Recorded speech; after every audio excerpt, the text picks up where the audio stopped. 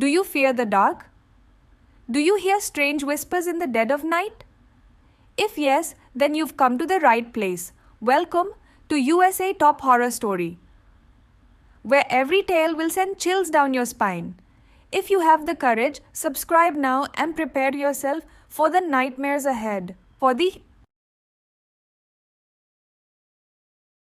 Today, we are gonna have 3 horror stories about spirit. Story number 1. The Spirit of the Forest. Deep within the wilderness, beyond the reach of civilization, lies a forest untouched by time. Locals called it the Vilewood and warned that it was a place where the lines between the living and the dead blurred. For centuries, people avoided it, speaking in whispers of a spirit that dwelled within, an ancient force that guarded the land. But not everyone believed in the old tales. One autumn evening, a young hiker named Aaron set out on a solo trip, eager to prove the legends were just that, legends. As the sun dipped low, casting long shadows across the forest floor, Aaron trekked deeper into Vilewood. The trees here were colossal, their twisted trunks gnarled with age,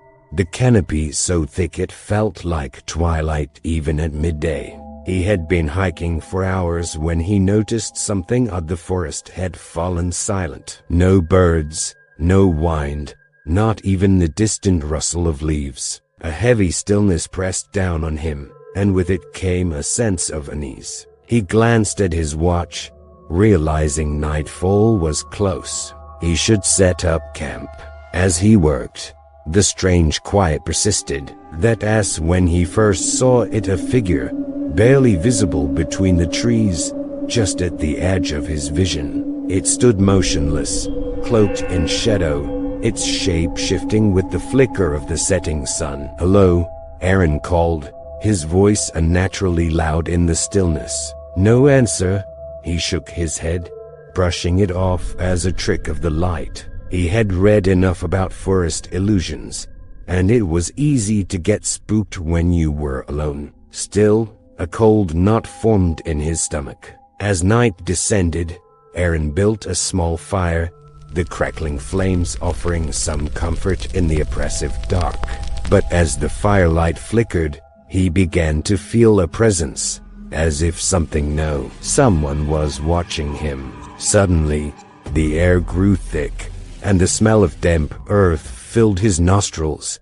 But it was more pungent, like something decaying beneath the soil. His heart raced as he scanned the darkened woods. Then, from the shadows, a voice. It was soft, almost melodic, like wind passing through hollow trees. "You shouldn't have come here," Aaron asked, breath hitched. He grabbed his flashlight, shining it in the direction of the voice, but there was nothing. Just trees. "Who is there?" he shouted, his voice cracking. The voice didn't respond. Instead, the forest itself seemed to shift. The trees creaked and groaned, their bark twisting as if they were alive. He heard footsteps light, almost imperceptible, circling his campsite. Then he saw her. A figure, tall and thin, emerged from the darkness. Her skin was pale as moonlight, her eyes black voids that seemed to drink in the light of the fire. Her hair, long and matted, moved like vines in the wind. She glided closer, her feet never touching the ground. Aaron stumbled back, his pulse thundering in his ears. "What do you want?" The spirit's lips curled into a faint, eerie smile. "This is my domain. You trespass, like the others before you." "The others?" His voice was barely a whisper now. She extended a hand, her long, bony fingers pointing to the trees around him. In the dim light, Aaron could see them, shapes tangled in the roots, skeletal remains, half buried in the earth, faces twisted in eternal terror. "I protect this place," the spirit whispered. "The forest takes what it is owed." Aaron turned to run, but his legs felt heavy, the air around him thickening like a smothering fog. The trees seemed to shift, their branches reaching out, twisting, growing, wrapping around him. The spirit moved closer, her hollow eyes locked on him. "Your soul will feed the earth, as all who wander too far." Panicked, Aaron fought against the creeping vines, but they tightened, pulling him down into the dirt. He screamed, but the sound was swallowed by the forest. The last thing he saw was the spirit standing over him, her face serene, as the earth opened beneath him and dragged him into its depths. In the vilewood, the forest always claimed its due, and in the stillness of the night, if you listen closely, you can hear the whispers of the trees and the faint echo of those who dared to enter, never to leave.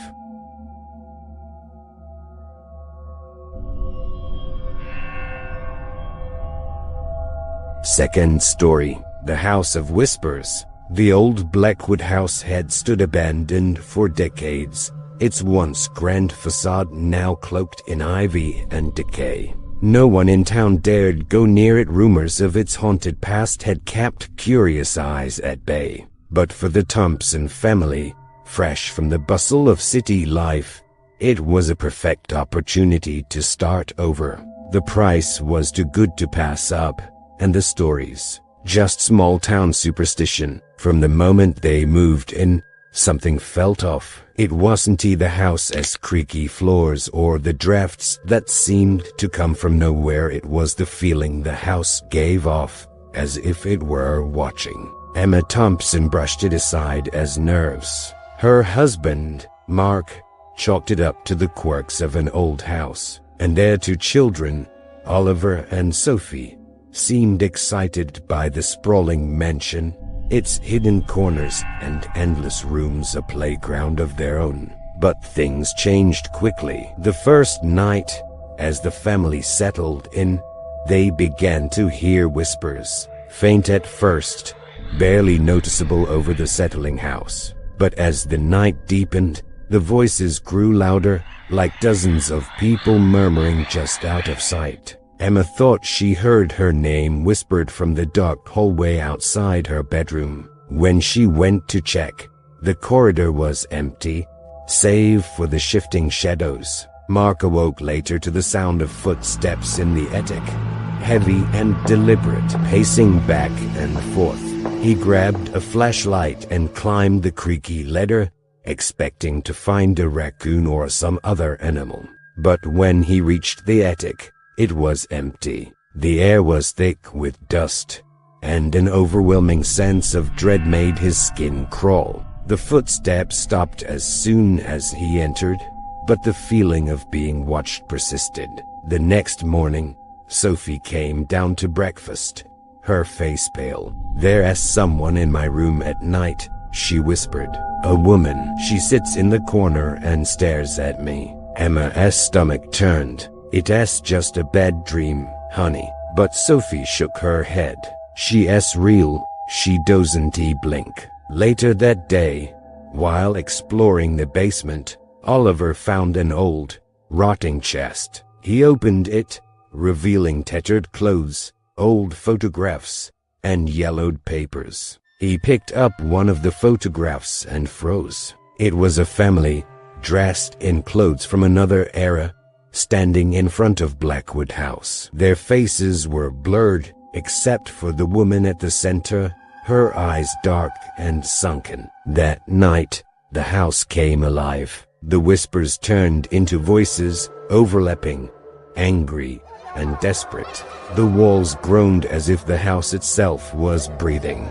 Doors slammed shut on their own, and the temperature dropped until the family could see their breath. Shadows flitted across the walls, moving in ways that defied the flicker of their dim lights. Emma woke to find Sophie standing in the hallway, her eyes wide, staring at nothing. "She's here again," Sophie whispered, her voice distant. "She says we have to leave." Emma followed her daughter's gaze and saw it faint at first, but then unmistakable. A figure, pale and translucent, stood at the end of the hall. the woman from Sophie's nightmares. Her eyes were hollow pits, her mouth twisted into a silent scream. Emma screamed, and the figure vanished, leaving only the cold air and Sophie's unblinking stare behind. The next morning, Mark insisted they had to leave. "We'll find another place. This house it's not right." But as he packed their bags, the house fought back. The doors wouldn't open. Windows that were fine the day before were now sealed shut, the glass impossibly cold to the touch. Desperation set in. Emma called out for help, but the phone was dead, and their cell phones had no signal. Every attempt to leave the house was thwarted, locks jammed, staircases twisted into endless loops, and the walls seemed to close in.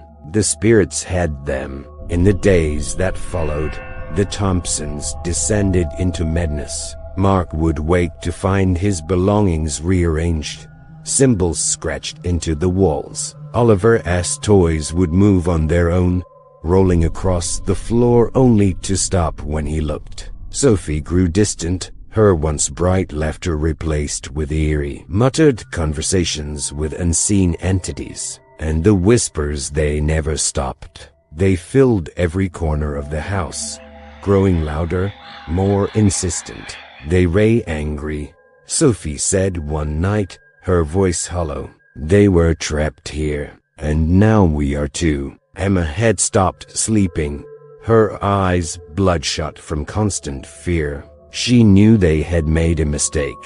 The house wasn't just haunted, it was alive, feeding off their fear, trapping them in a loop of torment. One evening, as the sun dipped below the horizon, plunging the house into shadows, Mark disappeared. They found his shoes by the front door, but no trace of him. The whispers grew louder that night, and the sound of distant sobbing echoed through the halls. Emma clutched Sophie and Oliver close, the three of them huddled in a corner, waiting for anything to happen. Then the house grew quiet, too quiet. From the darkness, the same woman appeared, her hollow eyes fixed on Emma. "It's too late," she whispered. "You're part of us now." The next morning, the house stood silent once again. Neighbors noticed the curtains drawn, but no one saw the Thompsons again. Years later, when another family came to see the house, enticed by its low price, they marveled at its charm and size. But as they stepped inside, they noticed something strange. In the far corner of the living room, a family portrait hung crooked on the wall. The Thompsons smiled back at them, their eyes hollow and dark.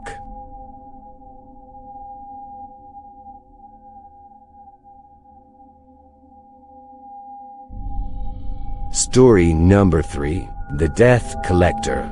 St. Augustine's hospital was known for its long, winding corridors, dimly lit rooms, and a reputation that sent chills through the bones of anyone who worked the night shift. Built over a century ago, it had seen countless lives come and go, many lost to illness or old age. But the staff never spoke of one particular patient, Margaret Wilkins. Her story was whispered only in hushed voices among the older nurses, spoken about as if merely mentioning her name would summon something dark. Margaret had been a patient in room 305, an elderly woman who had outlived her family. She was bitter, angry, and frail, haunted by loneliness. As her condition worsened, she grew colder toward the hospital staff. They said that in her final days, she clung to life with an unnatural desperation, refusing to let go, as if terrified of what waited for her after death. Her eyes, once sharp and accusing, became black pits of despair. When she finally passed away one stormy night, the nurses found her body frozen in a look of sheer terror, her mouth open in a silent scream.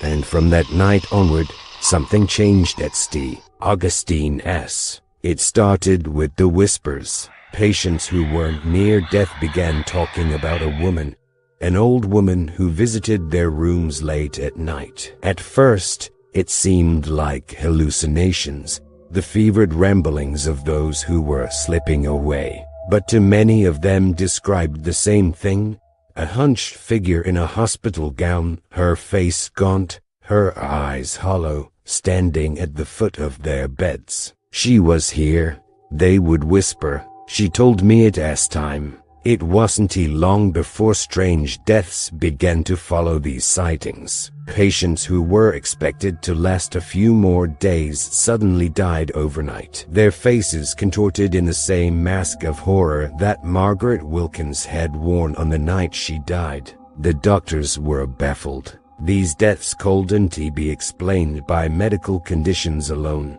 Then the nurses started seeing her. Emily was the first. She had been working the night shift in the intensive care unit, attending to an elderly man who had been in and out of consciousness. As she adjusted his she caught movement from the corner of her eye, a flicker of something in the dim light. She turned, her heart skipping a beat, and saw her. The old woman stood in the doorway, her hospital gown dragging on the floor, her eyes locked on the dying patient. Her skin was gray and papery, stretched tight over bones that jutted out unnaturally. Her lips were cracked and thin, curling into a twisted smile. "Who are you?"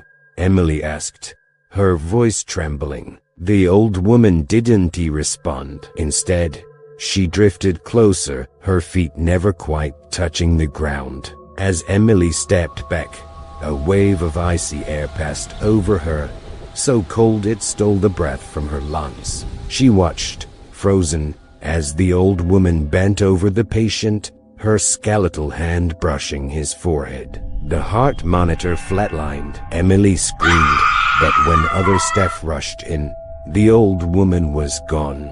The patient was dead, his face locked in that same terrible expression, eyes wide with fear, mouth frozen in a silent plea for mercy. The stories spread quickly among the hospital staff. More nurses reported seeing the ghostly figure, always near the rooms of the dying. It became known as the death collector. Patients who should have held on for days, even weeks, were dying at an alarming rate. They all had one thing in common: they saw her before they went. No one knew what she wanted or why she was there. Some thought she was Margaret Wilkins' vengeful spirit, unable to accept her own death, cursed to roam the hospital, taking others with her. Others believed she was something worse, an ancient force using Margaret's body as a vessel to collect the souls of the dying before their time.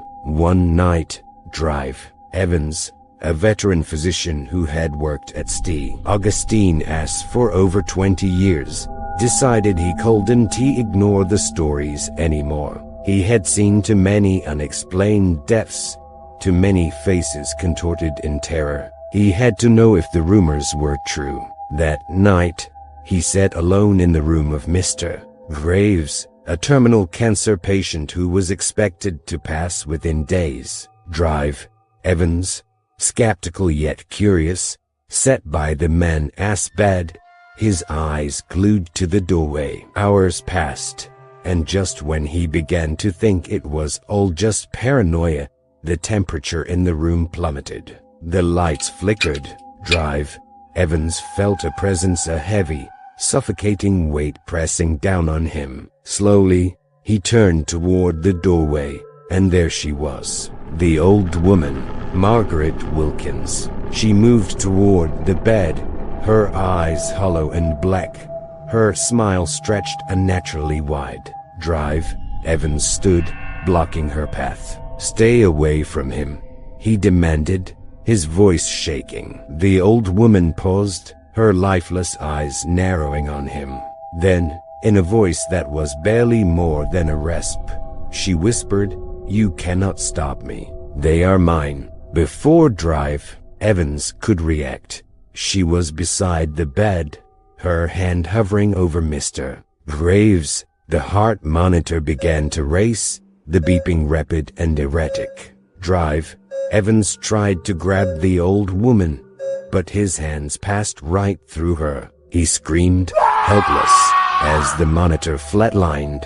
Mr. Graves was gone, his face twisted into that familiar mask of terror. Drive, Evans collapsed to the floor, his heart pounding, his mind reeling. When he looked up, the old woman was gone. From that night on, Drive, Evans never worked the night shift again. He warned the nurses, the doctors, anyone who would listen.